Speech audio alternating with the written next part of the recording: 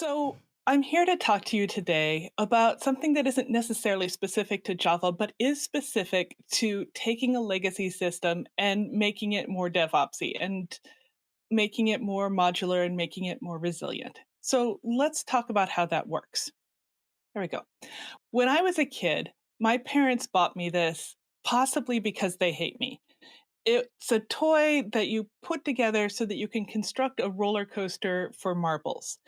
And it was so difficult. It was really hard to get right because every time you moved one thing, you would change the angle and the speed of the ball so that something else wouldn't work. And I spent days and days on this. I finally ended up asking a family friend who has a literal doctorate degree in robotics to help me put this together. And when I was thinking about our sort of big ball of mud legacy enterprise systems, it really felt like this because every time you touch something, you realize that there's the problem of understanding what that effect has on something else. And everything is interconnected, and you can't really separate out how everything works. And so when I was thinking about how to explain this problem, I really thought again about this toy, and how difficult it was to make everything work perfectly at the same time. Because this is kind of what software is like, right? This diagram doesn't surprise any of you, and in fact, you've seen diagrams like that, and probably even worse. This is sort of how we think of our software architecture because there's a lot of dependencies, there's a lot of related parts, there's a lot of things that you can't really tell exactly what the dependencies are. And although Spring is a great tool, you're still looking at things that were built a long time ago without that level of understanding. So let's talk about where we are now. What is software like now? It's had a moving locus of control. That means that the point that we affect how software behaves has been moving over time. So, we're going to do a brief computing history because a lot of people know it, but I find it interesting that a lot of people also haven't really thought about how all of these things connect. So, first we had hardware. We didn't really have an idea of software as different than hardware. We just programmed computers in situ with cards, and they might not even have had memory. And then we realized that there were a bunch of things that we could systematize and make into an operating system so that all computers with roughly the same hardware could behave roughly the same way. And operating systems gave us this ability to transfer information from one computer to another in a sort of more standardized way. Well, after we got operating systems, we got virtual machines. We realized that we had more compute power than we needed per machine. And so we broke these up into virtual machines. And this is where VMware gets all of its juice, its power is this initial idea that we could make not imaginary machines, but virtualized machines that occupied several of them in one single computer unit. And that was a real revolution because we realized that we could keep moving without needing to wait for new hardware. And then we realized that we didn't really need to have like virtual ports and virtual networking and all of the things that came with an operating system to administer what we were doing. Instead, we could just have containers that allowed us to do only the things that the process we were trying to run needed. And then we got orchestration because we had all of these containers trying to work together, and they needed to be able to pass information back and forth, and they needed to like pop up and dissolve, and we needed to be able to manage how that all worked together. And that's sort of it might be a side path. We don't know yet. And then we have serverless, which says it doesn't actually matter where I do this computing. It just matters that I can put something in and get something predictable out. That's the thing that matters about doing computing right now. And when you think about this whole history, you see that we've been moving further and further from the actual hardware, but we haven't reduced any of the complexity. It all exists. There are still people designing chips. There are still people writing operating systems. There are still people making virtual machines, and we need all of them. The future is fractally complicated. That's what makes it so interesting because it turns out we need to understand a lot of things, but we don't need to understand them all at the same time. The first thing that I really want you to remember is that operational is not the same as perfect. If you have any history as a sysadmin, you know that 100% uptime is not something that's possible to reach. If you spend a lot of money, you can get a lot of nines. But for the most part, we are all operating at some level of broken.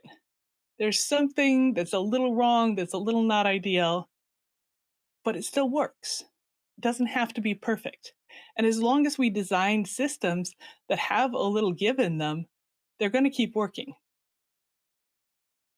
I told you this was a talk about microservices and how we get there, but this is also a talk about testing because it turns out that testing isn't just something we do after we create a product, it's also something that drives how we create products. When we think about testing, we think about the things that we need to design for, and therefore we design better. We call this sometimes test driven development. And I think that's a great way to think of it. But we don't all have the luxury of doing that.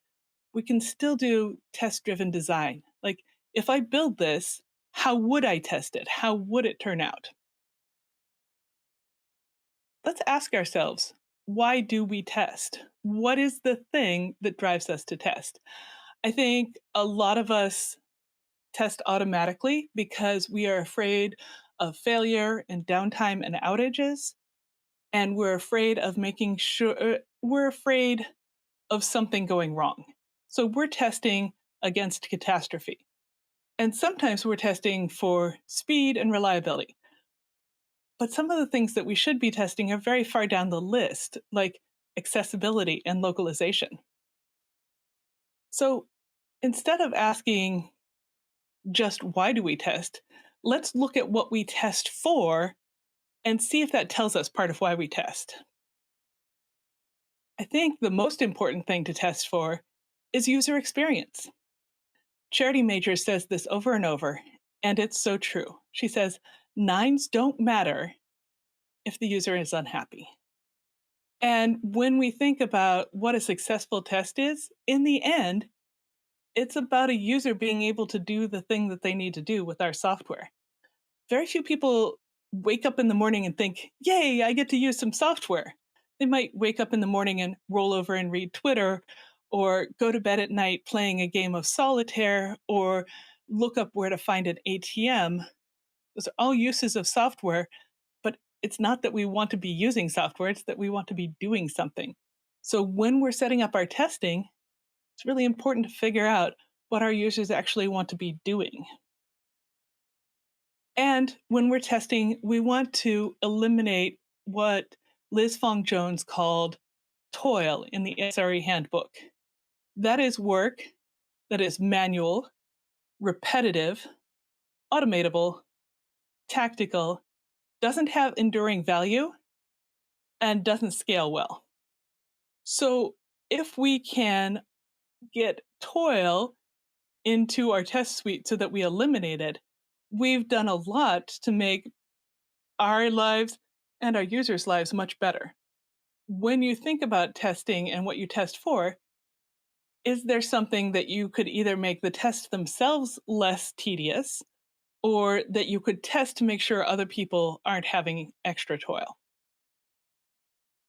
So, what's a useful test? What are tests that are more meaningful than test percent coverage? Because test percent coverage doesn't really tell you whether or not your software is useful to people.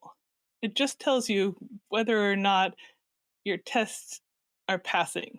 Like, they're not really the same thing. We're using one as a proxy for the other, and it's not a good proxy. So here are some better proxies. Can end-to-end messages get through in a timely manner? Can people get to your stuff? Do you have high availability? Do you have good request performances? Is there a lot of latency? Are people getting what they need? When people get something, is it an accurate response? Because you really don't want someone getting an inaccurate response.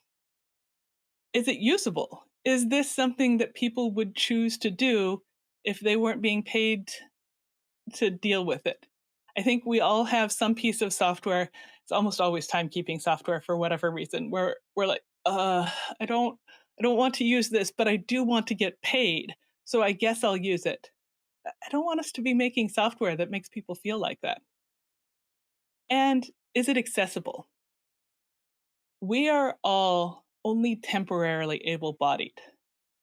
Even if we don't think of ourselves as disabled or have a permanent injury, I think we've all slipped on a sidewalk and sprained a wrist, or held a baby, or had a blinding headache and not been able to look at a screen, or burned our fingers on a stove and not been able to use the touch screen. When we're designing for usability, we're not just designing for a separate population of disabled people. We are designing for ourselves, whether or not we operate at full functionality, because operational is not the same as perfect. Given that, what are facade tests? What are unuseful tests that we still keep doing? Like I said, code coverage. Also, only testing the happy path. Like, if you know how software is supposed to work, you do have to test that it works that way. But you also have to test other things. This is why it's super useful to actually hire QA, because they have twisty, weird minds that say things like, I wonder if this elevator will go to floor -1.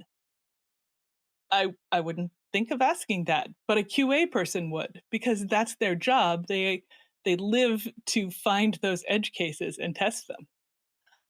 We only test clean data, which is the worst, because if you have like a script that generates test data, you aren't going to build it in a way that challenges your system. But I said this was going to happen, and then it actually did. We got a bug that said we can't delete a flag because it's named with an emoji. I was like, yes, I told you, we have to be Unicode like accepting. We have to take all the Unicode, including emojis, because the things that users do to data is so much weirder than anything that we, the system designers, can imagine. And related to that, we only test in staging. There's so much that happens in production that involves other people's systems and latency and dirty data, that if we're not also testing in production, we're really lying to ourselves. And staging is just like a, a security blanket that keeps us from realizing we have a problem. So, given the state of the now, what is the beautiful future? What's that going to look like? I think that systems are going to become more self healing. I think we're going to learn to route around damage. This is something that I take a lot of inspiration from the early part of the internet, but also from current events. So, this is Ottawa about 3 years ago. They used to be north of the tornado belt, but they aren't anymore. And the worst possible thing that could happen for a city's transmission happened to Ottawa. They lost their inbound station. So they had all these hydroelectric dams feeding into this station, which then broke the power up into sort of more manageable units and distributed it to the rest of the city. And they lost it. And so they had these high power lines coming in, but no way to connect that power to the rest of the city. What they did, rather than give up and say, okay, nobody gets any power for a month and a half while we fix this station, is that they used all of the stations around it and overloaded them past their service capacity. It wasn't dangerous, but it did reduce the lifespan of all of those elements in order to get power out. And the reason that worked was they had that extra capacity. A system that is perfectly optimized is really fragile. That's certainly something we've been finding out about our supply lines lately, is that we had a really well optimized system. It was very efficient, it was very lean, there was very little waste or resting of goods. And now we found out we needed a little bit of resilience because you can't get things like weird things, strange things suddenly come and go based on what's happening in the supply chain halfway around the world. If we build more redundancy into our systems, we can route around damage more effectively. In the beautiful future, semantics matter more than syntax. Remember the friend I said had a PhD in robotics? Well, he also helped design this Mars rover. This is Curiosity. And to land it, instead of doing retro rockets or a bunch of really sophisticated things, what they did was covered it in balloons. And they're like, we know how balloons bounce. We understand the physics of this. And we know that we can get something safely and cheaply to the ground using this physics model, even though we don't know exactly how it's going to bounce. Like, we can't predict which direction it's going to bounce in, but we do know it will come to a rest. And that idea of using something underlying to depend on seems a little weird sometimes to us, but I think it's really how we're going with software. When you think about how game engines work, how Unity works, people build a bunch of very creative games without having to think about the physics underlying what they're doing. They just say, here, use this physics module, and Angry Birds will fly across the screen, or magical floating things. Whatever it is you're doing, you don't have to write your own physics engine.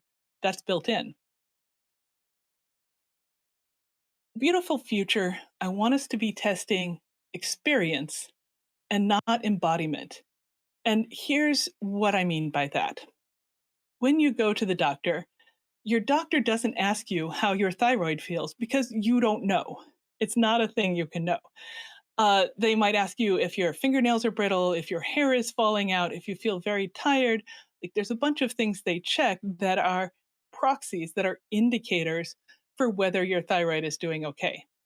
And then if they suspect a problem, what they do is they test to see if you have thyroid stimulating hormone, which makes it's your body trying to get your thyroid to do something useful. And the thyroid does a lot of useful things. We can't really test for all of them, or it's not efficient. So we just see if the body is trying to get the thyroid to do something. This is a sort of complicated way to check on something that we can't really directly test.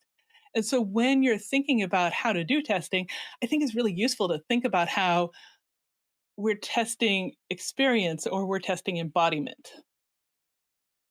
So I promised you microservices and Tinkertoys.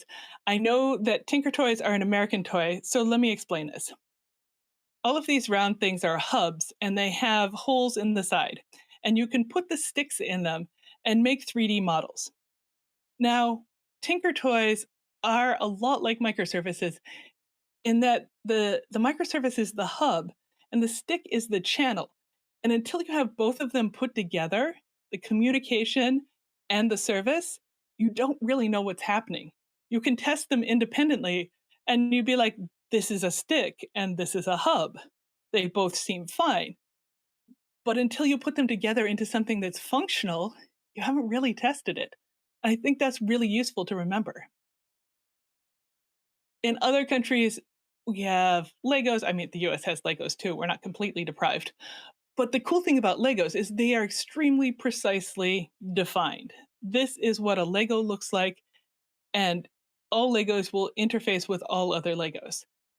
And that's a way to think about it, but I think that's not how microservices work. Our system is more complicated than that. We talk about APIs as being like Legos, but it's more like Tinkertoys. When you add all of these microservices and feature flags and uh, virtualizations, it really increases your testing complexity. It gets nightmarishly combinatoric. But that's okay because, like I said, we don't have to test 100% of paths. We have to test the paths that make sure that user experience happens right. So we're going to test that the structure we build out of microservices works almost like a black box. If you put data in, does the data you expect come out of it? Okay, that arrangement works. So when you're thinking about this, and especially when you're thinking about feature flags, which is what I specialize in, you test four states. You test all on and all off. Both of those may be broken, but they need to be broken in predictable ways. Then you test the status quo, because if you're not testing the status quo, you don't really know what's happening, right? Like you don't know where the error is. And then you test the flag or the change that you've made, the microservice that you've added. That doesn't cover all the test cases, but it covers enough of them for you to feel relatively confident. And I want you to do it all in production. And this is the scariest thing that I say to people, especially Java people who are frequently working in large enterprise and have change management boards. I'm pretty sure somebody just leaned back in their chair and they're like, this woman is wrong because I can't test in production. But when you think about it, we are testing in production all the time. Some of us are just admitting it because when you have a failure in production, what that is a failed test. You didn't mean it, but that's how it works. So figure out a way to test in production without showing it to everyone. Because complexity has inherent problems, but it also has a lot of potential. So, what do I want you to do? Figure out how much failure is tolerable in your system and spend money to get to the point where you can tolerate failure. And then stop. Because if you are testing more than you need, if you are over engineering, you're taking that robustness away from other parts of the system. Reduce catastrophes. Make sure that you have ways to stop things from becoming a cascade of failure. You want circuit breakers and isolations and control points.